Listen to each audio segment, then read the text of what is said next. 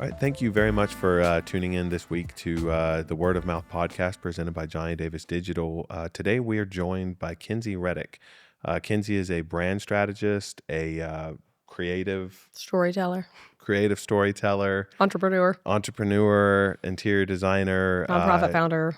and a founder of a nonprofit. Is that correct? I am. Yes. Perfect. So we're joined today by Kenzi, and we're going to have a conversation that I am super excited to get into. I think it's promising to be one of the most authentic and most organic conversations that we've had. Thank you for having me. When I was in middle school, my grandmother bought me a video camera. Like she always had, she's always taking pictures or videos. Like the second that those came out, she had one. And so she bought me one, and I remember doing like all these video diary journals entries. Like I'd sit in my bedroom and I would record. They wouldn't go anywhere. This was like before the days of MySpace or Instagram, or I remember I had like an Xanga blog I used to express myself like in a diary online. But I don't know. I've always just loved storytelling, like in some way, shape, or form. And so that's kind of like where my love for marketing began. Yeah. I've done the corporate thing. I've started the businesses, and like, I just am getting to a place in my life where it's like I'm no longer interested in the surface level. Like if I'm going to market and push someone to consume something, I don't want it to be a product anymore. Like that's just where I'm at. Like I feel like I'm shifting from like product marketing to like purpose marketing. People marketing. Yeah. People marketing. Well, and that's, we've done that, here, just speaking for us, when we decided to make the branch out from silo photography, like for 12 years, Johnny was just a silo photographer. He did room scenes on request, but, for the most part, we were in fabrics, swatches, and silo. And he shot so far behind the scenes that he would have never thought to wear a T-shirt that said his name or anything else. He didn't want anyone to know he existed. He was only shooting for somebody else's purpose and under somebody else's, umbrella, essentially. So when I came to work for him, I said, well, you're doing a lot of amazing stuff. Like, let's start talking about that. Like, Johnny has got one of the best, overnight success stories that I've ever heard about. When you're facing bankruptcy and your back is against the wall and you have no way out and there is no safety net, and you still make this decision and say, I'm going to do it. And then he does it. And then he looks back 15 years later, and now we are talking to people that have these stories. I call it the Steve Jobs stage, when Steve Jobs passed away, for the next 12 to 18 months, 2 biopics were greenlit, big Hollywood productions about his life outside of what we saw on stage, because he was a very interesting, multifaceted, unique individual. There was a lot going on that we never saw or understood or heard about. Everybody has that same story as Steve Jobs. We just do it on different stages. And so when you are selling a chair, I could shoot a silo of a chair, but tell me where the inspiration of that chair came from. Right. Tell me why it's modeled after one that was on the Titanic deck. Or what mess is it going to hold? And like what memories is it going to capture? Yes. And 10 years down the road, when you think about that chair, what's going to be the one thing you remember? Like rocking your kid to sleep, or, it's so much deeper than just it's a pretty fabric on a pretty frame. You know. And I think too many times, in this day and age, it's buy it for now because it's trendy, it's nice for now, and then just throw it away and just go buy another one. So we're losing grandma's heirlooms. We're losing those things that were like bestowed to us and said, we don't even know where this came into the family, but it's always been there. Grandma's always had this blanket chest. In the South, it's a huge tradition to pass a blanket chest down to your daughter. You don't want a new blanket chest. Right. You want the one that's been in the family for 50 years. The older, the better. Yeah. Right. Yes. Yeah. And, too many times, as like consumers, and I think that is part, when I was doing the graphic design at Furnitureland South, it was a thing that I beat my head on every day, was not feeling like you're just creating a story to say, if you're not buying a $20,000 sofa, who are you? Are you even trying? Right.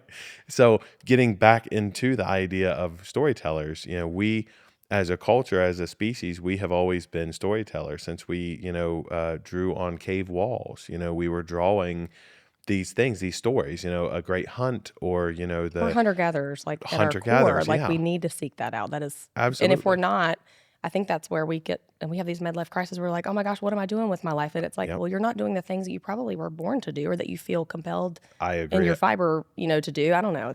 I agree. No, I agree 100%. I think that, the society, we pass down stories to warn people. Most of our fairy tales come from, don't go into the dark woods. If you don't, I've got 2 children. I've got a 9-year-old and a 4-year-old. If I say, don't go into the dark woods because I'm afraid that you'll get lost in there, they're not going to listen to that. If I say, don't go into the dark woods because there's a werewolf in there, now for a they're actually boogeyman. going to listen and be like, okay, there's something to prevent me from wanting to go in there. And so we craft stories around those. We use stories to motivate ourselves to be better than we were. We have an entire comic book genre that is more successful than it's ever been Yeah. in Hollywood, because we want to aspire, and we want our children to aspire to be better than the world around them allows them to be, Yeah. on a It's daily even like basis. Monsters Inc. Like that's one of my favorite kids movies. And the whole premise of that movie, right, is the louder the scream, the more power they have, right? Yeah. Until they realize that laughs do the same thing. Yeah. So it's like, And wait, it's so more laughter powerful. is actually more powerful, right, than the Yes. scream. So let's actually focus on the joy and not the fear. And I think that's really just I I mean, I'm like, they did that in a kids movie. That's kind of just the whole part of life. I agree. And I think that so many times now, kids' movies and kids' shows, Bluey is a good example. Those are written by parents for parents. Like it's a parent's roadmap on how to, entertain your children while you're not doing the Mr. Rogers Neighborhood Right. idea of like, now we're going to teach you the moral of the story. It's all beautifully woven in there through storytelling. Hmm. You don't realize you're being taught, from my standpoint, how to be a better dad. Oh, it's like subconsciously woven It's in. Yeah. subconscious. Yeah. And if you're careful, if you're consuming the wrong things, then it can teach you the wrong things. And I've tried to explain that to my kids. I'm like, you guys Absolutely. don't realize like some of the things you're watching and that you're picking up on. Like, it's marketing them in a way, like attitudes. Oh, Like absolutely. this Yep. attitude for sure came from that show. Like I Yep. can sense it, I see it, so I'm like, it's got to go. Yep. It ain't working. And behaviors, I realized during Christmas shopping this year that we're teaching our children to essentially gamble and want the gamble. When you have those mystery balls or whatever, and there's only one gold one, the kids are wanting that winning Yes. lottery ticket. They're wanting that winning thing from a very early age. So They're we're not teaching them at being 5. Every time they go in the store, they want to go to that section to get another ball to see Yep. if they've got the one. To get the one, yeah. And the marketing behind those brands is amazing. And Pokemon, my son is super into Pokemon cards. He just turned 10, and he is obsessed with the idea of finding that super rare Pokemon Has he card. ever 'Cause done the thing where he actually goes around town? yes, he's done the thing around town. We did the thing down in Orlando. He Mm-hmm. has spent a small fortune on these Pokemon cards, and he's done it from such an early age. I don't think he's ever played that game. To him, it's just a trading card It's just an series. Yeah, experience. that's Yeah. it. That's all it is. But we Now that you are say that, I don't think my inundating them son with has either. marketing. What's that? Now that you say that, I don't think my son had either. I think it's truly just the game. Yeah, it's the The cards. Like, here, rare. you want this Yep. card? I'll give you this card. Okay, cool. I'll give you these two cards for this card. Like, could that monster beat that monster? Who knows? They Yeah. don't know. They don't care. It's collecting, and I don't think there's anything wrong with, collecting or even encouraging collecting. But on the same hand, I think you have to balance it with producing. Like, I love it when my children draw the characters, that they see, or they'll make up a character. Mm-hmm. It's I was just talking the other day about how I feel like Legos has actually done a pretty big disservice in the current generation. When I was little, you had a box of Legos and you made things from your imagination with these Yes. Legos. Now what they've done is they've said, take all that imagination, but follow this huge book of instructions and you'll make a rocket ship. And if you do anything different, it's not going to be a rocket ship. I took a screenshot the other day, no lie, from, because I'm a marketing brain. So I know you relate to that. So when I see something online, like I'm looking at it so much further than what the actual picture is. I'm thinking about strategy wise, why did they choose this copy, this lighting? Like I go so deep into it, almost to a Cool. fault where it's like, you're not even going to enjoy it if you unpack it this much. But Lego used to put this thing in the box. I saw someone had posted from like 70s or 80s, and it just was like, you can make anything. Here's a box of Legos. The possibilities are endless. Yep. Boys, you can build a dollhouse if you want. It's actually more like a home, so that's more like architecture. Yep. Girls, you can actually build a spaceship, because Yeah. girls like to think about exploring and flying. So trying to show them that, it doesn't have to be all this, but you're Right. right. Like we've almost made it. We're To creating be these like that. tiny anxious kids. I mean, my son, like if he misses one piece or one step or there's a Lego missing, it's like, do we throw the whole thing away? It's a like meltdown, right? it is, Yeah. and it's No, we're doing them a absolutely. disservice because we're not allowing them to creatively think. Right. And that's kind of why I'm taking a step with this podcast, because I'm like, I feel like I've been not molded by the system, but just like marketing what I feel like needs to be marketed and being told how to. And I'm like, my creative juices are bursting. Right. Right. Like they're about to come Yes. out my pores. If I can't express myself in a way that Right. feels true to me or that's something I really believe in, like wholeheartedly, Yep. because I can fake it for a while. Like I was in the tobacco industry for a very brief moment, marketing like nicotine pouches. It's Yeah. a better alternative, Yeah. but 6 months in, I was like, I can't do it. Morally, I can't do it. Like It's yeah. it didn't. I'm You like, have to decide what you're giving away of yourself and what you're willing to give away. yeah, And you have to be able to divide that line, because if not, it ends up being a moving target. Well, I'm okay with this. This would be fine. Well, I'm Yeah. okay with that. What am I willing to do? And I think that most of us, especially as creatives, I think that we have had an experience in our life where we have decided this is what I am willing to do for a check, Yes. and then this is what I am not willing to do for a check. And then you start kind of carving out, well, where do my abilities, where do my talents, and where does my imagination, where does my creativity Yeah. benefit me, and where do I, like, I know that I'm a people pleaser. I'm a say yes person, even if it will prevent me from sleeping for multiple days. I'll still say yes, and Hmm. then I'll just do what needs to be done And and most think creatives I've have just some got to get through it. perfectionism, so they're like Yes. they're going to keep crafting it, even though someone would have thought 5 versions ago was great. Yes. They're going to keep crafting it to where they almost don't even like it anymore because it's like, Yep. just Then you have the paralysis of overanalysis. And I read in a book, The Creative Act. Have you read that? I have not. I'll give you a copy. It is so good. And it's all these musings, essentially. Like the chapters are set up where you're essentially like reading prose. And one of those pages, and it stayed with me ever since I read it. It talks about how the creative act of creating, of having that idea, the reason that we see that idea in our head and we think, oh, I want to do this, I want to do this, but all the timelines have to line up perfectly before I execute it. And then someone else did it. It's because a creative idea cannot survive in the dark, and it Yes. refuses to. Yeah. If it lights upon you and you do nothing with it, it'll light upon somebody else. It's going to find its way into the light. It's just whether or not you have the ability And the speed, and the speed to seize it and which is say, my this is a downs. good That's idea. my downfall. My downs, it's just waiting for everything to line up Yes, perfectly. me too. I'm like, all right, I need this. All right, we're gonna have here's the perfect, this Yeah. same with the podcast planning. I'm like, okay, I'm gonna get logos generated. All right, we've got the bios written. Okay, great. We've made sure we got the social channels and the website. Okay, good. We got all this. All right, we got this laid out. And it's when are you gonna press go? Like when are When you gonna put something out there? Oh You my gotta just you gosh. gotta just put it out there. Yeah. Just gotta go. You're absolutely right. I can't stand the sound of my own voice, on a microphone.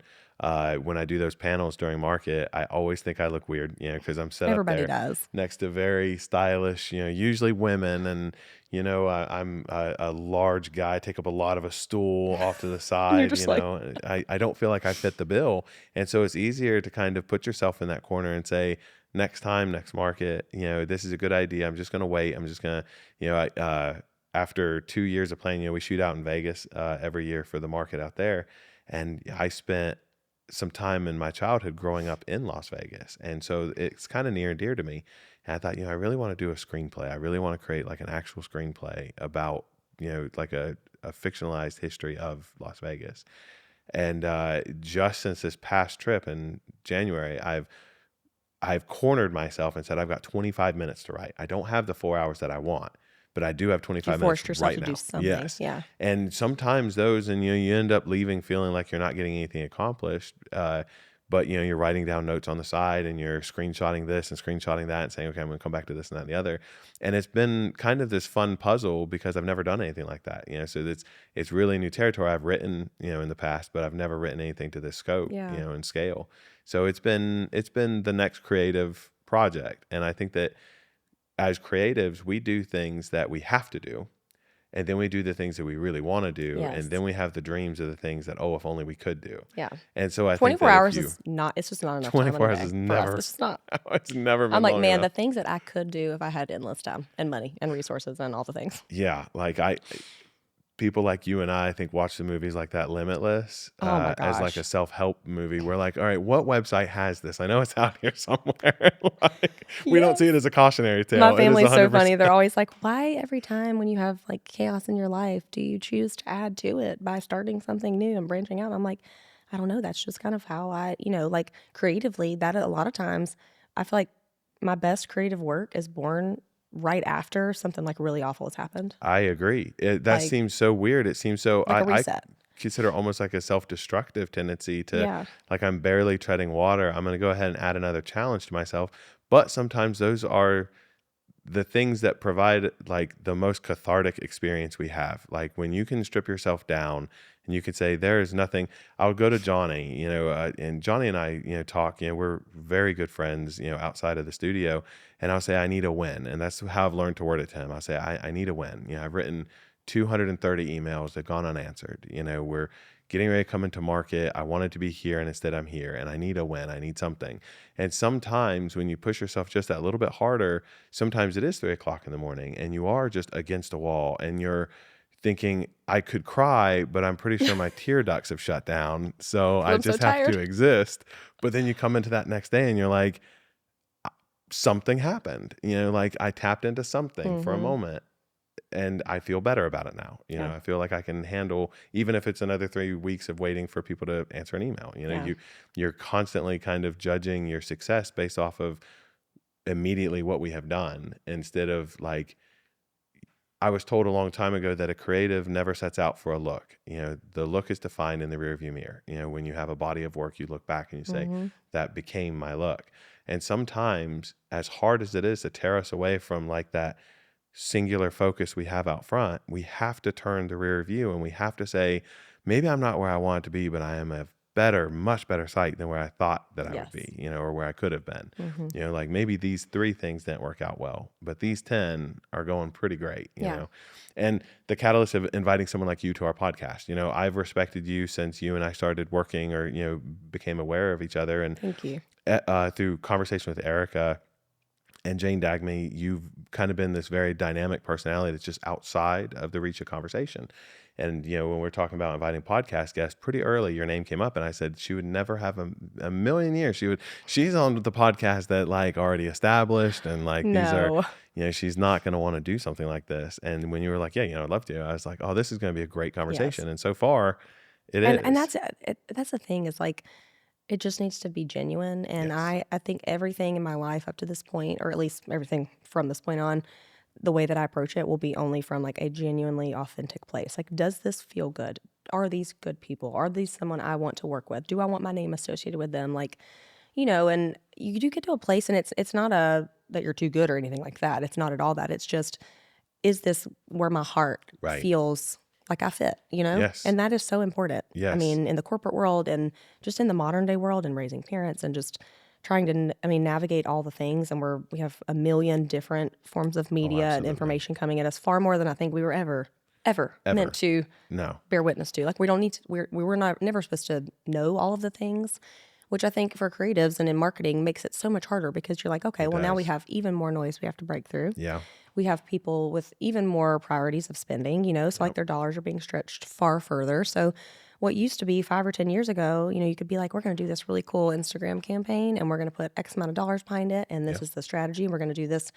It worked. It Yeah. worked and it was solid and Yeah. it was simple. And that's not the case anymore. Now No. you've got AI. You don't even know if the people you're looking at on ads are real, No, I like, know. Yeah. God, it's so hard. And so I think that's where too, I'm kind of like, I don't want more of the of Right. the AI and the, I don't want more of the content. I want more of the, how do I word it? Like less of the mass content Right. and the mass scale and more on like the genuine content, even if Yes. it's in a smaller quantity. I agree, and I think that we struggle, we are a society of storytellers. We love those stories. And sometimes if those stories, like when you're talking about if the morals you're pulling from your entertainment are misaligned with maybe where they should be, it's very easy to kind of get caught up in that and to start changing maybe your moral compass to Yeah, it can fit reflect in your into the work. norm. Yeah. Right. And so I think it's very important to have those the important conversations, the enduring, the things that fulfill you, the things that challenge you, that but that you're always able to look at yourself in the mirror and say, this is in alignment with what I want to represent me, Yeah. like my body of work, my creative direction, my creative vision.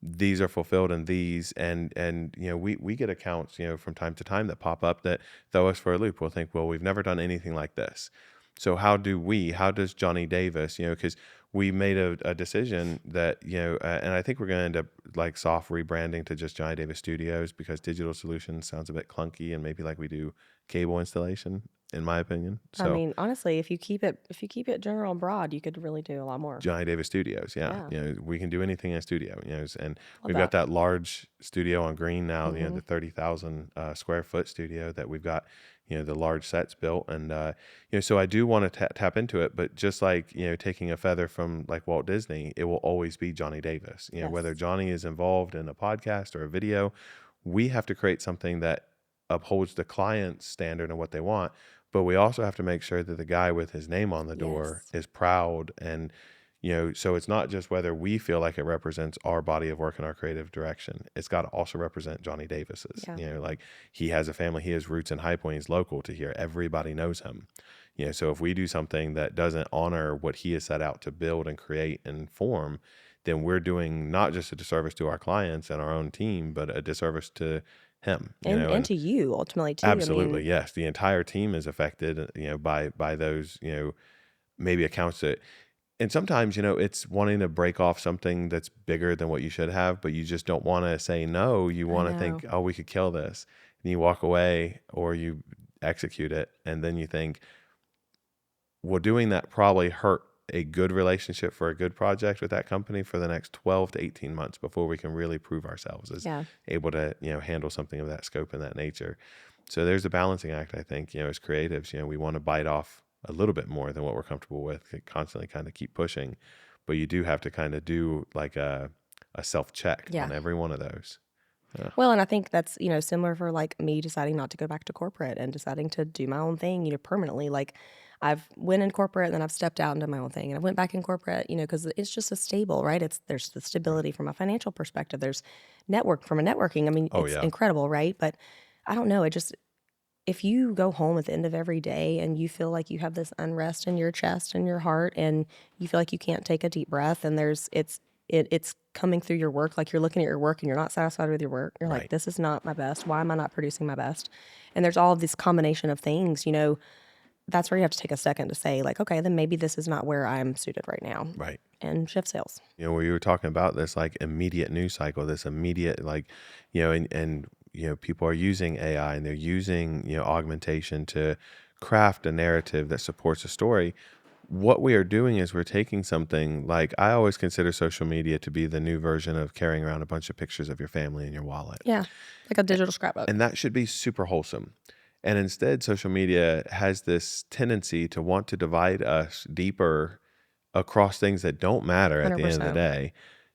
So you almost are faced with a challenge of I want to get across an authentic story and a wholesome story because I want all of these unknown people Yes. to understand that the storylines that And just weave the us depth of together, life that it's like perfect. so Yeah. many people are still living up here in the surface level stuff of life. And I get it. Like until you are hit with certain chapters or certain experiences, you don't know how to learn from those, right? Like No. until you have lost a parent, you don't know what it's like to navigate raising kids without a parent. And so I feel like 100%. we're almost selfish if we keep those experiences to ourselves I and agree. don't share them because we're meant to. Like if my situation and my story could help you Yeah. and your situation, then like check the box. I've done what I need to as my role here on earth. I don't know. It's just, You are speaking to the choir. I mean, Logan and I were talking 2 days ago on a much different level, but I lost my dad when I was 18, so I didn't really sorry. get a lot of that life experience. So I rely on YouTube if I need to learn how to do something on a car. And every once in a while, we'll run across something on, we need this done on our car, and there is no YouTube video for it. Well, if we were decent humans, we would video ourselves, even if you stumble through and have to edit it, And then but teach video other people. yourself. Yeah, because now that has become the tutorial. And I think that more and more, the children we're raising, I see it in my own kids. We're raising them like for the first time when I was little, if you aspired to be a sports star, you would aspire to be a quarterback, Troy Aikman or someone like that. When I asked, my son Mac, I was like, well, he's a phenomenal swimmer, very good swimmer. I said, well, what do you think you want to do? Like, you have an engineer's brain. You're not as creative as, me, but you're very creative when it comes to like engineering and building things. And he said, I want to be a YouTube star. And I was like, right, but like that's not even a real. And he's like, no, it is, and he's right. There are kids that are set out by their parents at That will five, make far six, more than you and 7 years I will old. ever make in our life And at your age goal 5 is to be a YouTube for personality. unwrapping toys. It's wild. Yeah, unwrapping toys, or he is convinced that like his future is going to come from just living his life in front of a camera and YouTube, and he's made the accommodation. For a long time, his first car was going to be a Bugatti. Now he's going to settle for a McLaren. He is like, I understand Okay. Bugattis are a little bit unrealistic. Glad he went the casual route. He went the casual route with a McLaren. My son wants a Fox body, fully restored Mustang. So There you go. probably not as expensive as Bugatti, but the images that he's showing me of the Fox bodies he want very well could be. They're very, yeah, very, very high end. But it is funny the way we connect with our children, we connect with the future generations through our experiences. And if those experiences, when we decide to do this podcast, I want to tap into the person that is listening to this at 1 o'clock in the morning and they're in school and they're thinking, I think I've got what it takes to be a creative. I think I Yeah. can do this. But when I came into this industry, I was hit from everywhere from, local ad agencies to Walt Disney with, where's your degree from? You need a degree.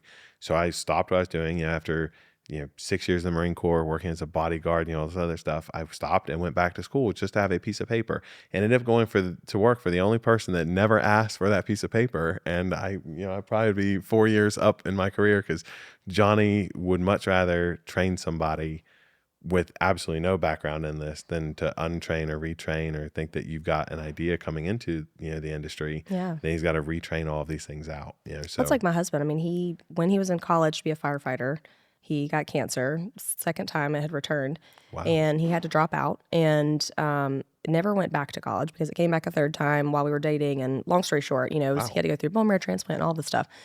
So he was 15 years remission this week, which was that's incredible. amazing. Amazing. Yeah.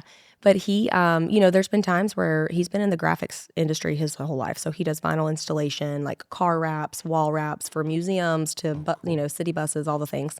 He did a little bit of time in like racing, but he's questioned himself. He's got 15 years experience. He's been doing it as soon as he, basically as soon as he got healed and was better. Right, He just decided not to go to college. He just took a job, started doing it. He could do it with his eyes closed. Like he's right. truly the best I think I've ever seen. And I've worked Wow. with a lot of people in, Yeah, a lot that's of different saying companies. something. Yeah. So now that he's like living sober and he's thinking clearly and he's like, oh my God, I'm going to do this. Like I'm going to take off and I'm going to do this. Right. And I'm talking about this openly because I'm going to talk about this on my podcast too. But, he's like, I don't have a degree, but I have 15 years experience. I've worked with some of the best people in the industry. Like a degree from a school can't give you that Nope, same level. And not at all. so I think he finally has hit a place where he's like, I'm going to try to do this on my own without that and not let that stop me, So That's awesome. but people have to feel empowered to do that. And I think Mm-hmm. that just the way that the world is set up in the system, we tell kids, you got to go to school, get a 4-year degree, Yep. you got to be this or this. It's like, I know plumbers and I know electricians and HVAC, like they're making far more money than some people I know that have a 4-year Yep. degree. Yep. And it's not about the money, but they're building a trade for themselves. They're building Absolutely. a business, a family business that one day they could potentially pass down to Yep. their kids, So like, I don't know. There's pros and cons to both. And it's fulfilling, and I Yes. think that that's in this day and age, I think more than ever, we are encouraging children to check any kind of a dream they have and just do the sensible thing that pays the bills. Because if you do it right, you retire. You can start living your life at 65. How Do many times all have we these heard things. artists never make money? Right. How would you be an artist? They never make. I mean, how many kids probably Absolutely. never decided to go be artists because they Yep. were told that there's no money in it. Yep. And then as adults or even as children, we've worked with a lot of local schools, doing things with their elementary school classrooms and things. And those little 10, 11-year-olds will say, "Oh, I can't draw."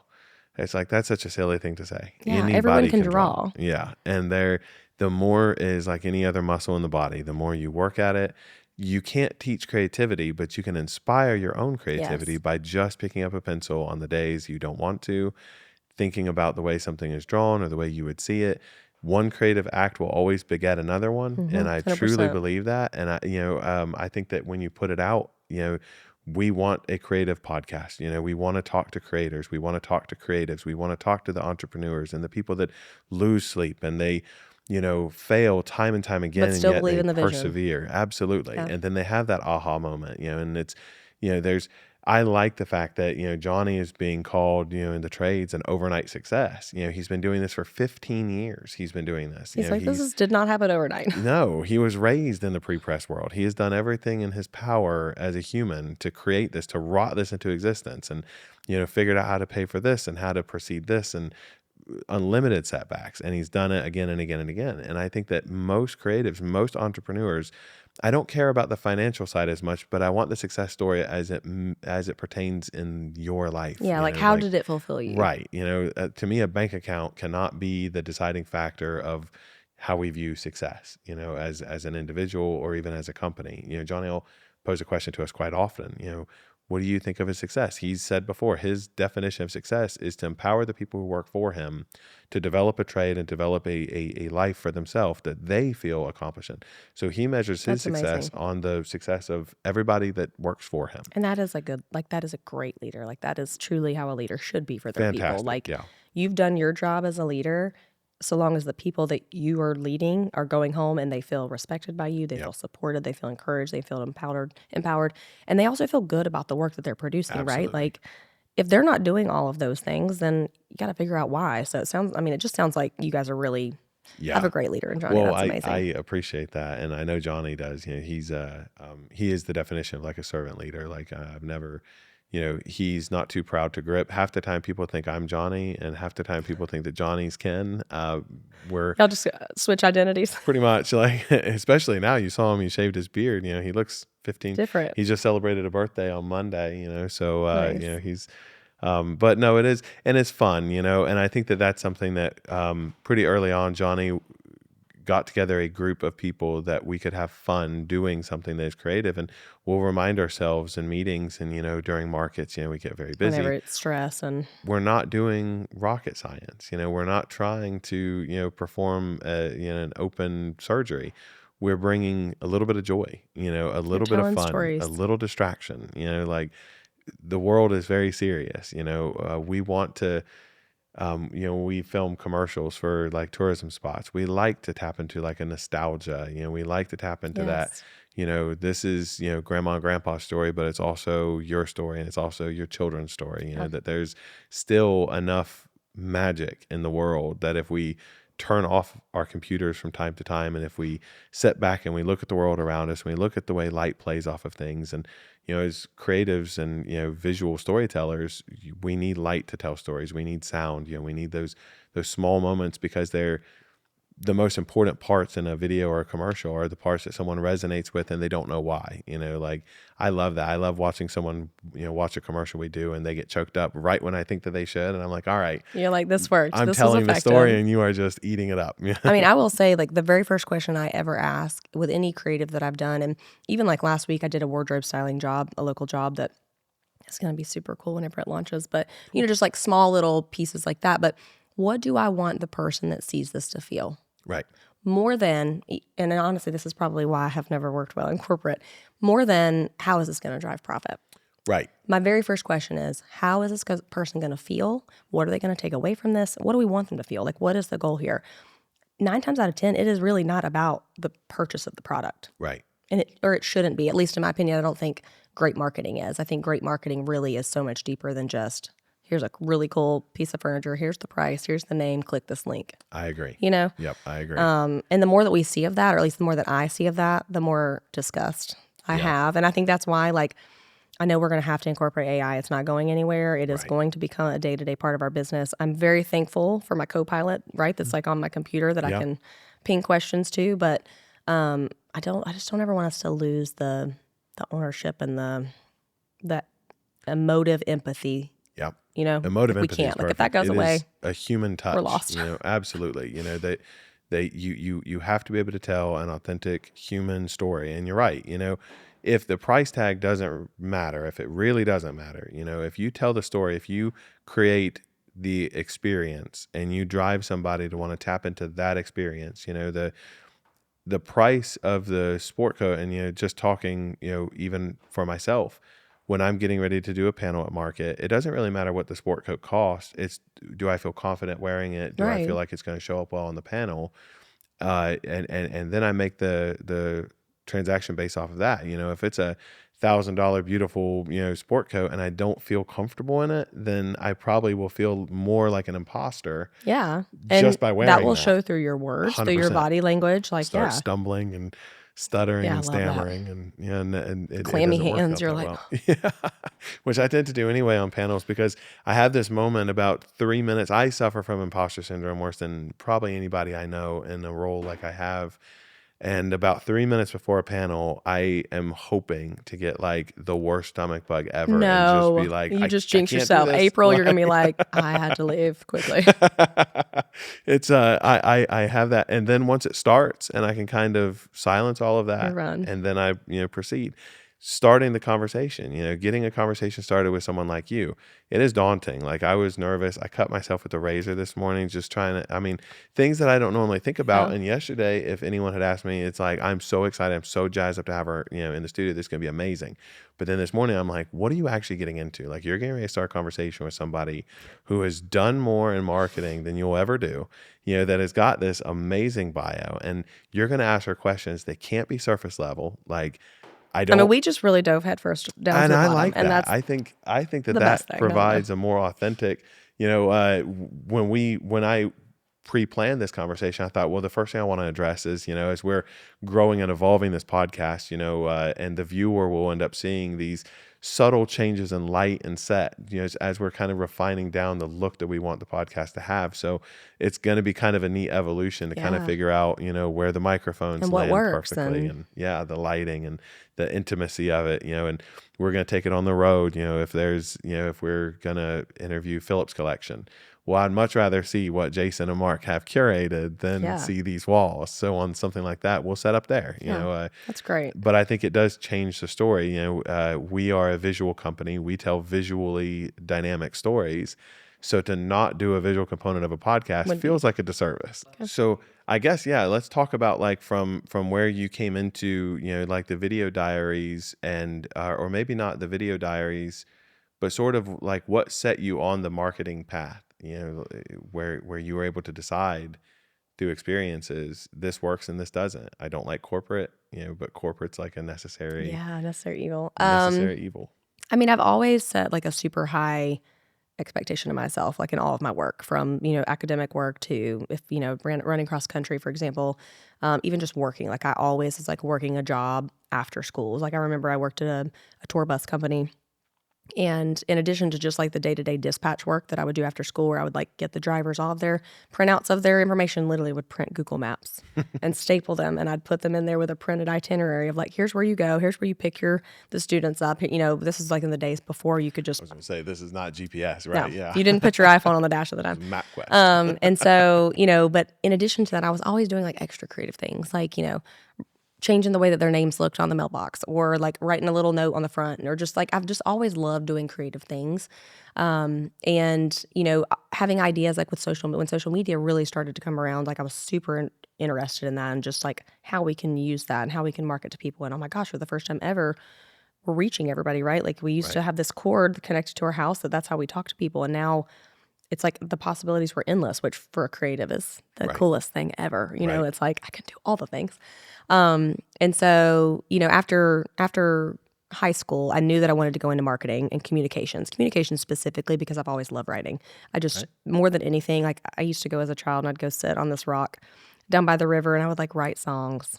Just like, that's amazing. Like I've always just had all this stuff just ready to pour out of me. Just haven't really known what to do with that. So in college, my degree was in communications, and I had a journalism class. And it was actually the professor, the day that I got the call about my dad. It was my senior year at UNCG. It was like 3 weeks before my husband and I were getting married. And I'm going to my journalism class, and it was like a news, like basically like learning like how to pitch news stories, and what is the hook and what is the tag, and how you speak and that type of thing. That was it. I was like, I love this so much. Like I don't want to be a news anchor at all, but I love the idea of like telling a compelling story, except I didn't really want to do it about crime and fear and politics. I just knew that was not my jam. And so shortly after college, I took a job working for a local TV station, the WCWG. Okay. It was the CW20 at the time. Yeah. And I thought the position was like, it said marketing account executive. And I was like, oh, this is cool. I can like have some accounts and get to do the marketing for it. But it was really more like door-to-door salesman trying to go get some local companies, to advertise on the television station. It had the lowest ratings, lowest cost. But, we could get real creative with what we did because of that. So I knew I did not want to go into sales. I was like, I love talking to people, and I'm a people person, but like to go ask people for money, not my jam. I don't love that. I want to like help them come up with the idea about what the commercial could be, but that was about as far as I wanted to go. Right. So I worked there for probably 6 months, and that was also 100% commission based. Okay. And that didn't work well for me. Right. So I took a job as an intern, actually took a little bit of a pay cut, went and did an internship at Wrangler. And I worked there for close to 10 years in marketing. So I worked on their traditional business, their Western business, and eventually the modern business, which it's one brand. Right. Wrangler's one brand. It's the most iconic denim brand. Sorry, Levi's. I think Wrangler's my number one. But, telling different stories, the same brand, but differently, right? Like the Right. Western consumer was very different from the consumer that was the traditional consumer that bought their Wranglers from Walmart Okay. versus the person that, the girl who wants to order them from Free People because they're Right. inspired by the 70s. So that required my brain to really, like kind of in a complex way, think about how do I market this, Right. knowing I'm talking to multiple different segments of people. And that's kind of the way of marketing, anyways, right? Like with any brands, I've done furniture, I had that little stint with tobacco. I even had a coffee mug business at one point, and Okay. it's just, again, who are you talking to? What are you trying to say to them? How do you say it Right. that will resonate the most? Absolutely. Yep. And that is truly what I enjoy the most is figuring out what is that key thing that's going to like get them in and grab them and be like, this product is for me, or this message is for me, Right. or this, I feel seen in this, like really just unpacking it. That's amazing. Yeah. How do you go about that? Like, when you set up, and it doesn't have to be anything as like, nuanced as like denim, in different, regions, but when you take on a project and you say, okay, how do I want my prospective buyer to feel about this messaging or this product? Where do you start? Like, do you start from like The consumer. I the mean, I think consumer? you have to start with like who is it for, who's going to buy it, who's Okay. going to use it, who's going to love it, who, that has to be your first focus. I've done a lot of like consumer research. I remember when I was in the fashion industry, like we would go to Seattle and we would hold these focus groups and we would bring people in and ask them like, what do you want to feel when you're wearing your product? Like when you Yeah. sit down, how do you want to feel? Like your current jeans, do they make you feel confident? They make you feel, anxious, like really, and that feels kind of silly when you're talking about literal threads that are just worn on our butts, Right. right? But it is deeper than that It because is. like we should be showing up as our best selves everywhere we go. So the things that we put on our body, the food that we're putting in our body, the things that we're sitting on when we go home, the unfortunate thing is that in today's world and how expensive everything is, like not everyone is able to get to experience that, right? Like Right. a lot of people just they have to take what they get and it's not a Right. great experience whether it's clothes or food or Yeah. products. And so I think that's why I'm shifting a little bit away from the product marketing is because I have went into debt multiple times, right? Like just consuming things over Oh, the sure. years. It's like and the media and social media makes it far worse because it makes us feel like we have to have the newest next best thing. I need the newest Absolutely. iPhone. I need this new cool chair that just came out. I've got to sign up. I got to make sure even concerts, like I got to make sure I get to that concert, Yeah. It's like Yep. and I love a lived experience. I do, but I don't know. I'm like we got to strip it down a little bit more, I think, and market. I just want to market things that matter. I That's think it. that's admirable. I think that is such a we can market anything, and when you are good at the idea of creating the want, creating the need, the desire, you can tap into that. But if it doesn't resonate with you, even if you are great at creating that campaign that will make people want to buy that next thing, if you didn't tell them why, it's Right. still a transaction. It's not an experiential purchase. It's a transactional purchase. Either I buy my jeans because everybody else buys the jeans from here, or, I buy this car because, I want to show up well when I'm going to meetings, does it bring joy into your life? And a You're lot of times, I think it's deeper than that. Like if you really, like if you ask someone, why did you buy a Volvo? Like why did you right. buy a Volvo for a car? And they're gonna be like, oh, well, it's safe and it's got top safety rate. It's got all this stuff that they'll have facts for you. But if you really dig a little bit deeper, Hmm. they're probably like as a child, their grandparent had a Volvo that Yeah. they took them on summer vacation. There's Yep. something probably subconsciously deeper. That's what I like to help. That's what I like to try to unpack, which makes it really difficult. But it's like, okay, but what would this do? Like even from like a Right. nostalgia perspective, like how is this going to make this person feel? And I think that we do shop and buy from our lived experiences in life. We don't I even know that we're agree. doing it, but we do. I agree. I agree 100%. I think that good marketing, whether it's a color or a smell or a feel or something, it ties into something that is either a more pure or more joyful. Nobody says, the last time I bought this food, I got violently ill. I can't wait to try it again, You guys should go there. Right. But instead, To this day, I love the smell of a box of new crayons. Like the kids get school supplies, and I take them out to go, get their crayons and the notebooks, and there's something that is so creative. There's something so childlike and nostalgic about Yeah. just the smell of all the possibilities, and I think that when companies can tap into that, why you're actually buying it, why would you buy a Volvo, Hmm. or why wouldn't you buy a Lincoln? The Lincolns are fine cars, but way back in the day, my dad said, I don't trust a Lincoln. And for whatever reason, I that have a has Lincoln and I stayed had with to put a me. new motor in it. Can confirm in the last year. I mean, I think that Sorry, Lincoln. we did well. Yeah, I mean, sorry, Lincoln, but there's there are those stories, and we pass those stories down. And I think that the more compelling stories we tell, whether we're keeping our kids out of dark woods or whether we're inspiring them to like push themselves a little bit harder than maybe they're comfortable for.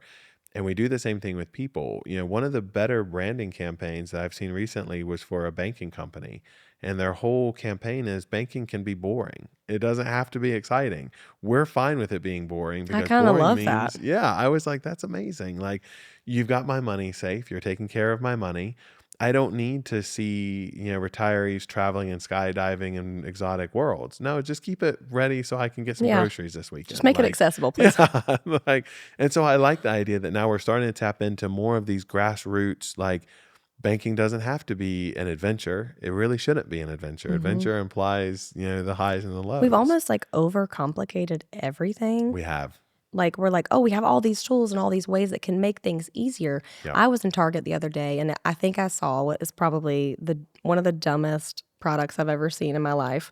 As a marketer, I cringed and I was like, I cannot believe someone approved this, invested in this, and proceeded to stock it on some shelves. Like they produced it and stocked it. I have a lot of questions for the people involved, and you might not want to run this one. It is a storage system QR code. Okay. Okay. So it's for a box. It's for a Tupperware container that you would put in your garage, Okay. and you put a sticker on it. You assign a QR code to it. Okay. Instead of just taking a Sharpie and a sticker and writing winter stuff. It's more organized now. So their image was all these boxes with just single little codes. And I was like, where's the personality in that? I feel like it's kind of dystopic, like my dad kept every screw, bolt, and nail in one Folgers coffee can in a Yes. shed. And yeah, so, if And you if had he pulled told one out of him, something else, that extra one went in that bucket and he pulled from it later. and if it took you 2 hours to find the right screw, it took you 2 hours to find the right screw. But Yeah. if you had said, Dad, just scan the QR code, tell you what's in there, he probably would have thrown a phone at you. Like, Yes. like he was not that guy. And honestly, I don't think I am too. Like, I think sometimes we try to over organize our lives. And I think that sometimes the chaos is good. Like if we tap into the chaos, everybody thinks chaos is a negative force. And I don't We think just it have to learn to is. live with it. You learn to live with it, but you learn to embrace it. Like Yeah. chaos makes you not know where the next thing is coming from, And it not know makes you where who the you next are. idea is, right? And so you're pursuing that chaos. Sometimes there's a line in a song from years ago that bad trips make the best stories. The road trips that we fly out to Vegas a couple times a year now, and I took it for granted how smooth that has always been until Oh the no. past two trips. One was to Oregon to film a video out Was that the there. one with the fire? We were dealing with the fire in Vegas. We're dealing with the weirdest weather pattern in Oregon that I've ever seen. We missed flights just outright, for no apology from the airline. They just said, yeah, sorry. We kept you waiting for the connection too long. And now you got to wait till tomorrow to fly out.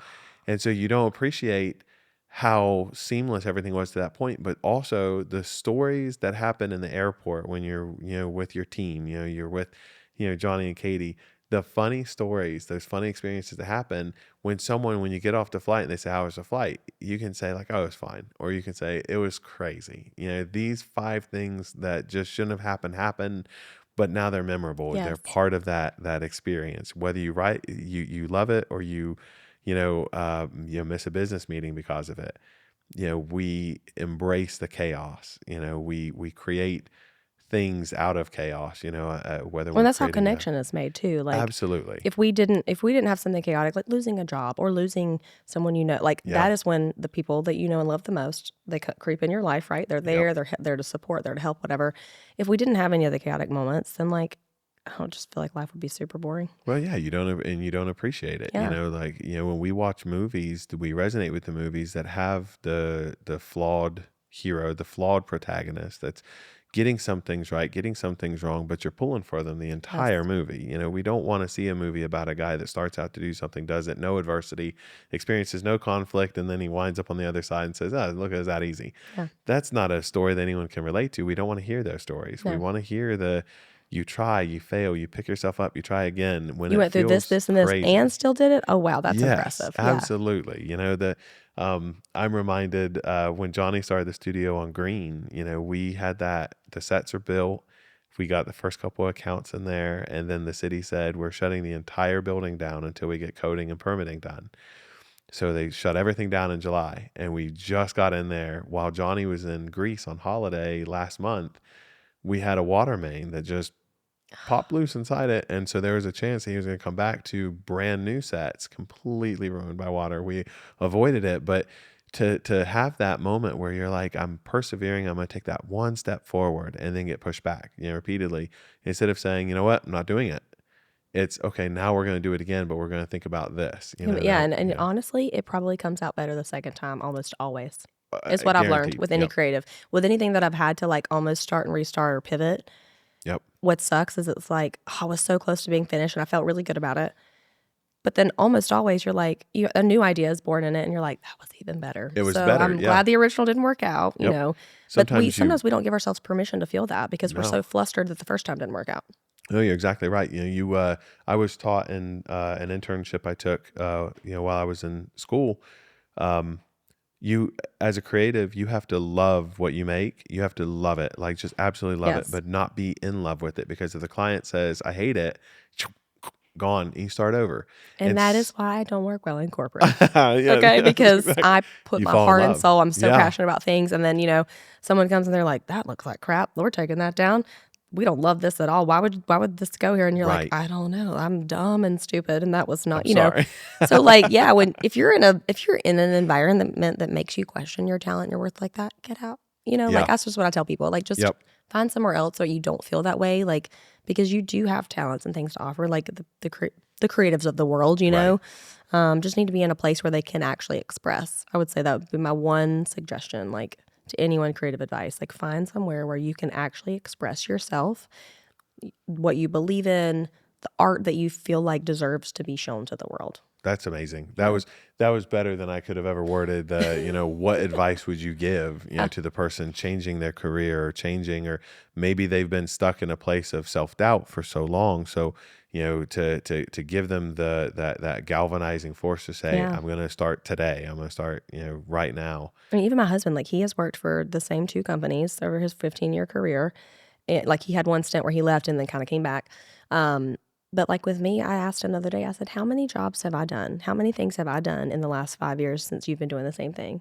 Yeah. Or 6 years, three. I've done 3 different jobs. I'm like, and I'm fine. Like I'm still here. I'm Right. still okay. Like we're still stable. Like we're okay. I have a lot more experience under my belt, Yeah. So I think it's taking that, and it's like when you lose a job or something, like not letting it set you back so much to where you're like, I'm never going to recover. Yes, you will. Right. There is so much out there. Like, what you have to bring to the table. You just have to remember that. Yep. And getting creative within those different options and Yeah. decisions, absolutely. And I'm super excited for what you've got coming down you. the road. I think it's incredible.